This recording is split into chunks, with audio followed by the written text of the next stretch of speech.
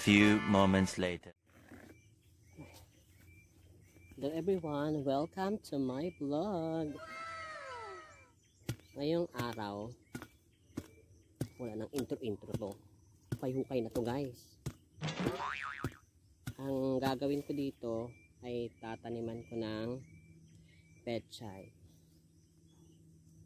Kasi sa ano niya, kung napapansin nyo guys, ito yung ampalaya sa taas. Para kasi yung pechay na itatanim ko is panggamit lang namin para sa mga sabaw, sinigang, bulalo, ganon. Tataniman ko siya ng pechay. May napunda na ako, medyo marami-rami na. Pero yung iba, napunda ako dun sa sa patag talaga. Ito, pang gamit-gamit lang guys. Kasi sobrang ngayon, sobrang mahal ng gulay. So, kailangan kung may space tayo sa ating mga bakuran, or kung wala naman, pwede sa polybags, mga ganon. Pwede sa polybags, sa sa mga soft drinks plastic na pwede nating taniman. Yun, makakatulong siya guys na makalis tayo sa expenses natin sa gulay. Tulad dito sa amin sa bukid, may tanim kaming sili-haba, may tanim kaming ampalaya, talong, sitaw, okra, kalabasa. Medyo hindi pa kami nagkapagtanim, pero ito, yan, preparation ito para sa tatanim natin mamayang pechay. Para hindi siya gaano mainitan, nilagay ko siya dito sa ilalim ng ampalaya kasi masyadong init mamayang hapon naman doon sa sa gilid ng kamatis. Sa panahon kasi ngayon guys, kailangan natin magtanim ng gulay kasi sobrang mahal ng gulay, sobrang mahal ng mga bilihin ngayon. So kailangan magtanim tayo sa ating mga bakuran.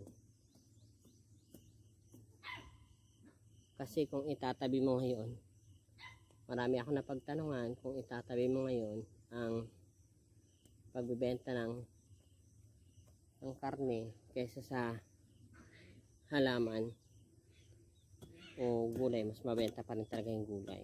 Kasi mahal-mahal nga kayo ng kilo ng baboy.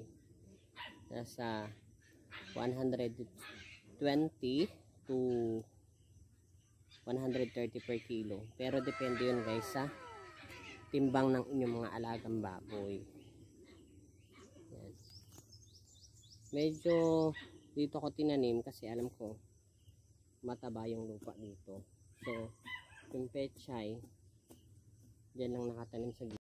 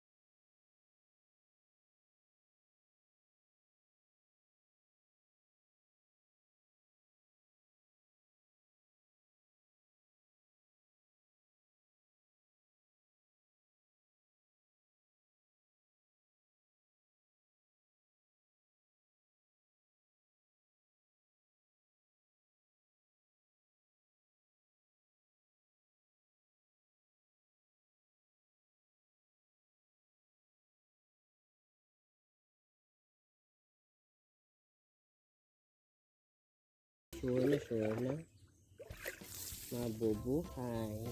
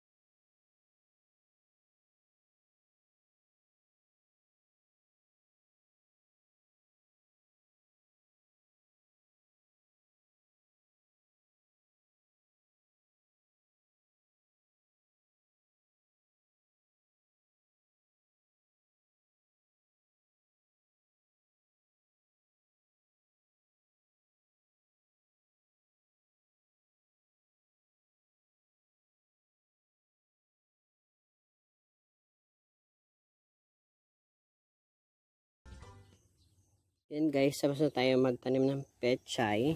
Yan na yung pechay. Tatanim, update natin kayo. Tapos ito guys, yung mga tanim kong ampalaya. Yan. Ampalaya. Ang dami bunga ng ampalaya. Yun. Baka ito mamaya, pwede nating gulayin. Tapos yun mamaya, mag-harvest na ako ng kamatis, talong, kalabasa, sitaw, tapos konting talong. Yan, magpapakbit tayo mamayang gabi guys. Tapos i-update ko kayo sa aking mga bagong halaman. Yan na guys yung aking mga senya. Yan, start tayo dito. Senya pa rin yan siya. Tapos yun, nilipat ko na ito, yung vines na yan, nilipat ko na. Tapos yung ampalaya ko, yan, sa ganyan lang guys. Kung wala kayong balag, yung mga kawayan na may mga sanga-sanga, pwede yan siya. Tapos yan. Tapos ito. Eh, by the way guys, namulaklak mo nga pala yung aking bengka. Yan. Bengka ko guys. Namulaklak na siya. Then, mga rose. Magic rose. Di nagsawang mamulaklak yung magic rose ko guys. Dun sa baba. Then, orchids. Tapos, senya. Para na kayong nasa Yamang Bukid. Yamang Bukid dito sa farm. Hindi lang sa Yamang Bukid, kundi may Yamang Bukid din kami dito. O, hindi ko na kailangan pumunta ng Yamang Bukid kasi dito pa lang solve na sa mga flowers, vegetables, ganun rin naman. Yan, mga senya, tapos ampalaya. Syempre kapag sinabi mo Yamang Bukid, hindi mawawala mga flowers, walang katapusang flowers. Yan, flowers, and of course the beautiful mountain, diba? Ang saya guys. Oh, may mountain na, may flowers pa. Yan, tingnan nyo. Oh, ang ganda, diba? Ganda ng view guys. Yan, senya. Ganda ng senya guys. So, hanggang doon kasi yung senya, dahil tinanim ko hanggang dulo. Para yung purpose niya, instead na yung insects na pupunta dun sa mga flowers ng ampalaya, pupunta na lang dito sa flowers, diba? Ng senya. So, ligtas siya. Isa yun sa mga way para makaiwas sa mga insekto. Yan, ito hindi ko pa natatransfer. Ang dami-dami na. Tapos ito, hanging, hindi ko alam kung anong name niya. Tapos itong senya na double. Yan. Double na rin na white. Pinapatanda ko na siya. Yan. Orchids. Mga orchids ko. Ang tataba ng orchids guys. So, yung pinagdidilig ko dito guys, kaya mataba yung orchids na to is yung hugas bigas o pinagugasan ng bigas na ating isasaing. Yan. Diyan ko lang siya dinidilig o kaya sa mga halaman dito. And of course, meron akong Maki Berry, Green Cardinal, Wave of Love. Yan, Wave of Love. Then, anong tawag dito? Lampunaya. Hindi ko alam kung anong klaseng lampunaya to. And then guys, may Magic Rose, may tea plant. May tea plant ako. Yan. Yung mga vines kasi niyan, hindi ko alam kung anong name niya. Pero hanggang doon yan siya guys. Yung vines na yan. Doon. Then ito, yung kala mo, malunggay-malunggay. Hindi ko rin alam kung anong tawag. Then meron akong Magic Rose na orange. Yan. Kung lapit mo siya. Napakaganda, di ba? Meron din siyang white Magic Rose. Then, yan, Maki Berry. Maki Berry again. Tapos, mga Green Cardinal. Tapos, yun yung isa, yung parang tulips ba yan. Then, ito, hindi ko alam kung anong name na pinya-pinya. May bougainvillea ako. Then, yan, manzanilla. So, ang manzanilla pala, kapag nabali na siya, pwede bang putulin, tapos mabilis lang siya maugat from 1 na parami ko na siya na 1, 2, 3, 4 4 na. Then ito hinihintay kong lumaki. Yan. Maganda kasi ito na lang natira sa ano ko. Tapos yun, bigay rin sa akin. Tapos itong ano naman to, parang snake lang o spider. Hindi ko alam kung anong tawag dito sa halaman na to. Then ito, yan, part ng mga snake plant, pero ito nag-iisang dahon lang na medyo matigas siya. Yan.